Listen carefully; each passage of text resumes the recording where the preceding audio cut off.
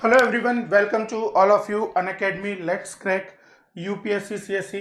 Friends, आज हम बात करेंगे कि चाइना ने अपनी एक बार फिर हरकत दिखा दी है। उसने एक नया बॉर्डर डिस्प्यूट भूटान के साइड से खोल दिया और सबसे महत्वपूर्ण बात यह है कि इससे पहले इस बॉर्डर डिस्प्यूट का कभी कोई जिक्र नहीं था और अब ये बॉर्डर डिस्प्यूट काफ़ी बड़े एरिया पर क्लेम करता है। और सबसे महत्वपूर्ण बात, इस बॉर्डर डिस्प्यूट के अंदर आपके कोई भी बॉर्डर आपके चाइना से नहीं लग रहा है। यह बॉर्डर हमारे इंडिया के अरुणाचल प्रदेश और आपके चाइना भूटान से लग रहा है। बल्कि आपके यहाँ पर देख सकते हो एक सेंचुरी है। अभी आपके एक वर्चुअल मीटिंग हुई थी ग्लोबल एनवायरनमेंट फैसिलिटी की 58th मीटिंग थी, जिसमें आपके आपके सैनकैंग वाइल्ड लाइफ सेंचुरी को आपके यहाँ पर क्लेम किया गया। साकेंग आपके जो वाइल्ड लाइफ सेंचुरी है उसे कंप्लीटली क्लेम कर दिया है भूटान की। तो यहाँ पर आपके चाइना साउथ चाइना सी के अंदर स्पार्टले आइलैंड और 9 डैश लाइन के क्लेम तो करता रहा ही है। साथ साथ में आपके जो लाइन ऑफ एक्चुअल कंट्रोल के क्लेम हैं जो रिसेंटली चल रहे हैं आपके, चाहे वो आपके गलवान घाटी का इशू हो, पगोंग सॉ लेक का इशू हो, या फिर हमारे पुराने मैकमोहन लाइन का इशू हो, या फिर अगर हम बात करें डोकलाम विवाद की भी, तो डोकलाम इशू में भी आपके चलो ये माना जा सकता है कि चाइना के साथ आपका बॉर्डर लगा हुआ था। बट अब इस भूटान के इशू में तो आपका चाइना और भूटान का कोई बॉर्डर लगा हुआ भी नहीं है। फिर वापस अब इंडिया कैसे इस पर रिएक्ट करेगा और किस तरीके से इस विवाद को देखेगा, उन सभी चीज़ों पर हम चर्चा करेंगे। और क्या यूटिलिटी है इस वाइल्ड लाइफ सेंचुरी की, कैसे क्लेम है और ग्लोबल एनवायरनमेंट फैसिलिटी में ये मुद्दा क्यों उठा, इन सभी चीज़ों के बारे में फ्रेंड्स जानते हैं। दोस्तों, आई एम एस के Sharma. I have 5+ years teaching experience. I appeared 2 times UPSC interview, 4 times UPSC mains exam, and also qualified GATE and RAS exam. Unacademy, which is the largest learning platform, तो यहाँ पर आप 100% आप complete structured courses यहाँ पर आपको मिलेंगे। बहुत ही इनोवेटिव मेथड्स में डिजाइंड डेली लाइव क्लासेस आपको यहाँ पर अवेलेबल हो जाएंगी। Daily live test and quizzes भी यहाँ पर आपको मिल सकते हैं। साथ साथ में आपको कंप्लीट अनलिमिटेड एक्सेस भी यहाँ पर मिलेगा। तो इंडिया के बेस्ट 100+ एजुकेटर्स के द्वारा आप इसी जगह आप कंप्लीट यूपीएससी की प्रिपरेशन कर सकते हो। चाहे आप ऑप्शनल, ऐसे, ethics, anything else, everything is available here on Unacademy platform related to UPSC. तो 1 year सब्सक्रिप्शन आप 44,000 में यहाँ ले सकते हो। अगर आप 10% की एक्स्ट्रा छूट, एक्स्ट्रा रिबेट आप लेना चाहते हो तो SK Sharma referral code use करो। Then just apply that referral code, your amount of 1 year will be reduced by 10% and your the amount of 1 year subscription will be 39,600। और अगर आप 2 years का सब्सक्रिप्शन लेना चाहते हो जो कि 64,000 का है, तो इसमें भी SK Sharma referral code use करो और 57,600 आप कंप्लीटली 2 year के लिए भी सब्सक्राइब कर सकते हो। स्पेशली बेसिक से स्टार्ट किया गया एक चैनल है बिगनर्स टू मास्टर्स, जिसे आप सब्सक्राइब कर सकते हो। ये अनदर चैनल है आपके यूपीएससी अनअकैडमी का, और साथ साथ specially design for current affair you can join the let's crack UPSC current affairs channel. PDFs के लिए आप टेलीग्राम के इस चैनल को ज्वाइन करो, referral code SK Sharma use करो जब सब्सक्राइब करते हो तो। और किसी भी टाइप की कोई इंक्वायरी हो तो you can contact me on this number. तो लेट्स स्टार्ट गाइज। देखो, पहले आपके चाइना के साथ में कुछ आपके विवाद थे, क्योंकि 1984 से ही इंडिया तो हमेशा बीच में इन इश्यूज में आता ही रहा है। पर आपके स्पेशली चाइना और भूटान के बीच में 1984 से ही बॉर्डर डिस्प्यूट चल रहे थे। बट ये बॉर्डर डिस्प्यूट कौन कौन से थे आपके? मेनली 2 बॉर्डर डिस्प्यूट हैं आपके। एक तो है जारकलंग का, आपके जाकार लंग का, और एक है आपके पैराम्यूंग का। तो ये 2 बॉर्डर डिस्प्यूट है जो कि सीधे सीधे चाइना के बॉर्डर से टच करते हैं। लगभग 500 स्क्वायर किलोमीटर के एरिया के डिस्प्यूट्स हैं। और 2017 में, जो कि इंडिया, चाइना और भूटान का ट्राई जंक्शन पॉइंट है, हमारा चिकन स्नेक के बिल्कुल पास में आता है। तो डोकलाम प्लेट्यू पर भी आपके इश्यूज क्रिएट हुए। माना कि 2017 के इस इशू में इंडिया को एक स्ट्रेटेजिक विन जरूर मिली थी, बट अब जो पॉलिसीज हैं आपके चाइना की वो बहुत ही ज्यादा एग्रेसिव दिखाई दे रही हैं। तो इन एग्रेसिव पॉलिसीज के अंदर इंडिया किस तरीके से रिएक्ट करेगा वो देखना होगा। तो मेनली दो ही आपके बॉर्डर इश्यूज थे अगर प्रैक्टिकली देखा जाए चाइना के साथ में, जारकलंग का और पैसेम्यूंग का। बट अब यहां पर 58th ग्लोबल एनवायरमेंट फैसिलिटी की जो वर्चुअल काउंसिल थी उसमें आपके साफ साफ इसको, जब आपकी ये मीटिंग होती है तो जो ग्लोबल एनवायरनमेंट फैसिलिटी की जो मीटिंग थी तो इसमें फंडिंग के लिए आपके इस वाइल्ड लाइफ सेंचुरी को फंडिंग दी जाती है। बट यहाँ पर आपके चाइना ने इसे फंडिंग देने से साफ साफ मना कर दिया और इससे पहले ऑलरेडी कई बार इसकी फंडिंग दी जा चुकी है। बट अब चाइना ने एकदम से, सभी लोग काफी ज्यादा एक तरीके से सरप्राइज थे कि आपके सेकेंड वाइल्ड लाइफ सेंचुरी के ऊपर आपके यहाँ चाइना ने इसे साफ साफ मना कर दिया और यह क्लेम किया कि it is a disputed area. तो चाइना ने 58 meeting of Global environment Facility Council में tried to oppose funding to a project for a second wildlife sanctuary situated in Bhutan, जो कि एक डिस्प्यूटेड टेरिटरी के रूप में इसने दिखाया, जो कि एक बहुत बड़ा एरिया है और इतने बड़े एरिया को चाइना सीधे सीधे क्लेम कर रहा है।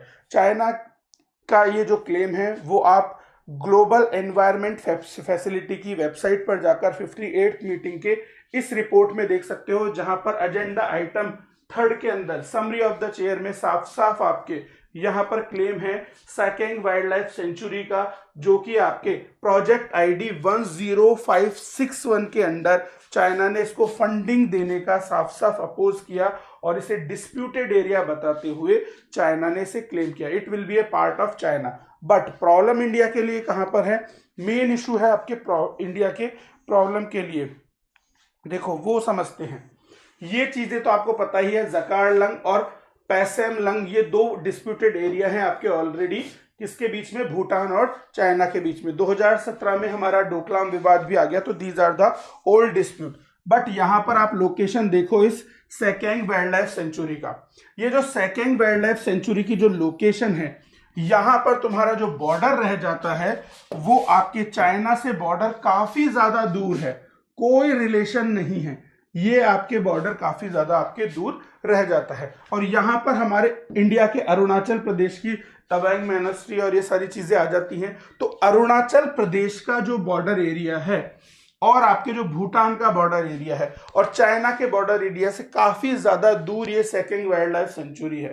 तो definitely second wildlife century को क्लेम करने का मतलब साफ साफ ये है कि मैकमोहन लाइन के मुद्दे को चाइना वापस उठाना चाहता है और जो अरुणाचल प्रदेश है उसे भी कंप्लीटली क्लेम कर रहा है, क्योंकि डायरेक्टली वो आपके इस पूरे एरिया को इनडायरेक्टली उसने क्लेम कर दिया है कि यहां पर अरुणाचल प्रदेश, जैसे कि क्लेम तो वो पहले से ही करता आ रहा है, बट इस मुद्दे को वापस चाइना आपके दूसरा फ्रंट इंडिया के रेस्पेक्ट में भी अरुणाचल प्रदेश पर खोल सकता है। ऑलरेडी आपके गलवान घाटी के और जो हमारे पगोंग सो लेक के जो इश्यूज हैं वो तो चल ही रहे हैं, पर साथ साथ में आपके अरुणाचल प्रदेश के जस्ट पास में ये जो सेकेंड वाइल्ड लाइफ सेंचुरी है इस पर भी क्लेम क्रिएट होगा।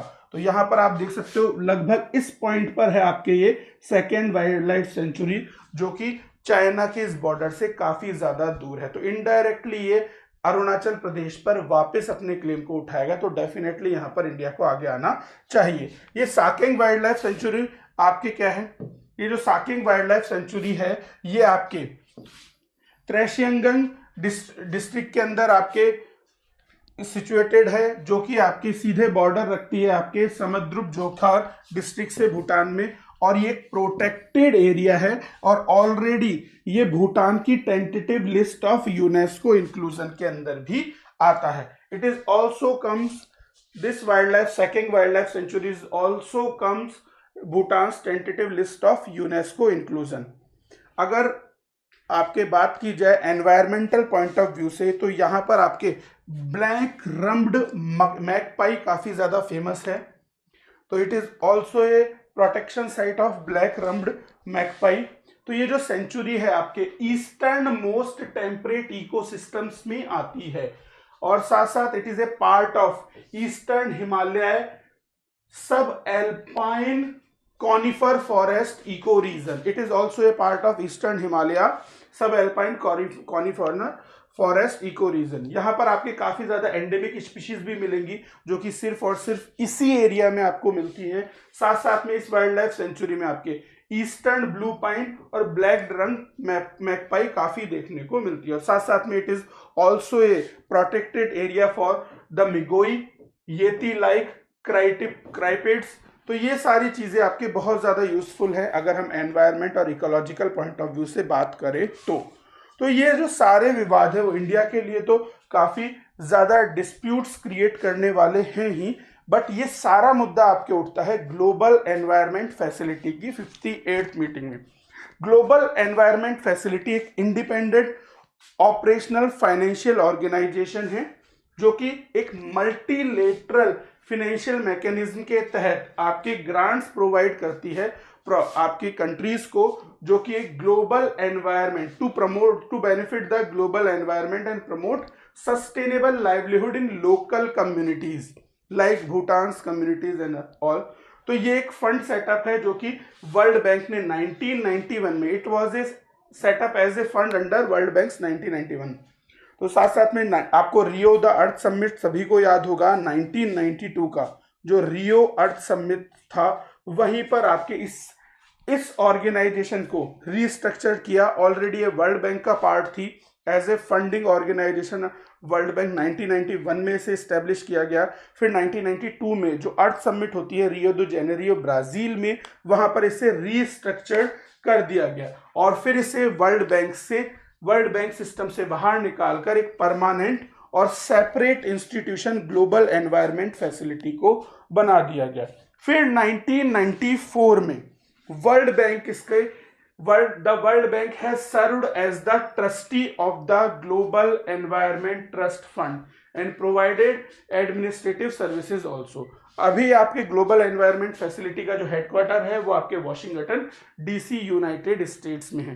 टोटल 6 लोकल वर्क्स हैं, लोकल एरियाज ऑफ वर्क्स है जहां पर आपके ये फंडिंग प्रोवाइड करवाते हैं global environment facility. These areas of environment related funds are available in biodiversity, climate change, international waters, ozone depletion, land degradation and POPs, persistent organic pollutants। सभी को याद होंगे persistent organic pollutants, dirty dozens and all। तो इन 6 areas पर आपके ये global environment facility work करता है। तो रिसेंटली आपके इसके कई प्रोग्राम हैं, कई फाइनेंशियल मैकेनिज्म हैं। It also supports an active portfolio over 2000 investments globally.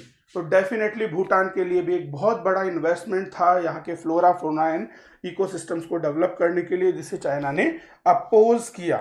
तो मेनली अभी यहाँ पर जो आपके फाइनेंशियल मैकेनिज्म है ग्लोबल एनवायरनमेंट फैसिलिटी की, आपके CBD convention on biological diversity, आपका UNFCC united nation framework convention on climate change, UNCCD UN convention to combat desertification, POPs का जो स्टॉकहोम कन्वेंशंस हैं आपके उसमें, और जो मरकरी को लेकर मिनामाता कन्वेंशन है, इन सभी में ये अपनी फाइनेंशियल फैसिलिटीज को प्रोवाइड करवा रहे हैं। और इंडिया ना सिर्फ इस ग्लोबल एनवायरनमेंट फैसिलिटी का डोनर है बल्कि आपके ग्रांट और रेसिपिएंट्स भी मिलते हैं। तो साथ साथ में आपके फंडिंग भी इंडिया इस फैसिलिटी में प्रोवाइड करवाता है और हमारे हिमालयन इकोसिस्टम को सस्टेनेबल और रखने के लिए जो प्रोजेक्ट्स हैं हमारे, उनमें हेल्पफुल तरीके से यहाँ पर रेसिपिएंट भी है। तो India is not only the donor but also recipient also of Global environment facility.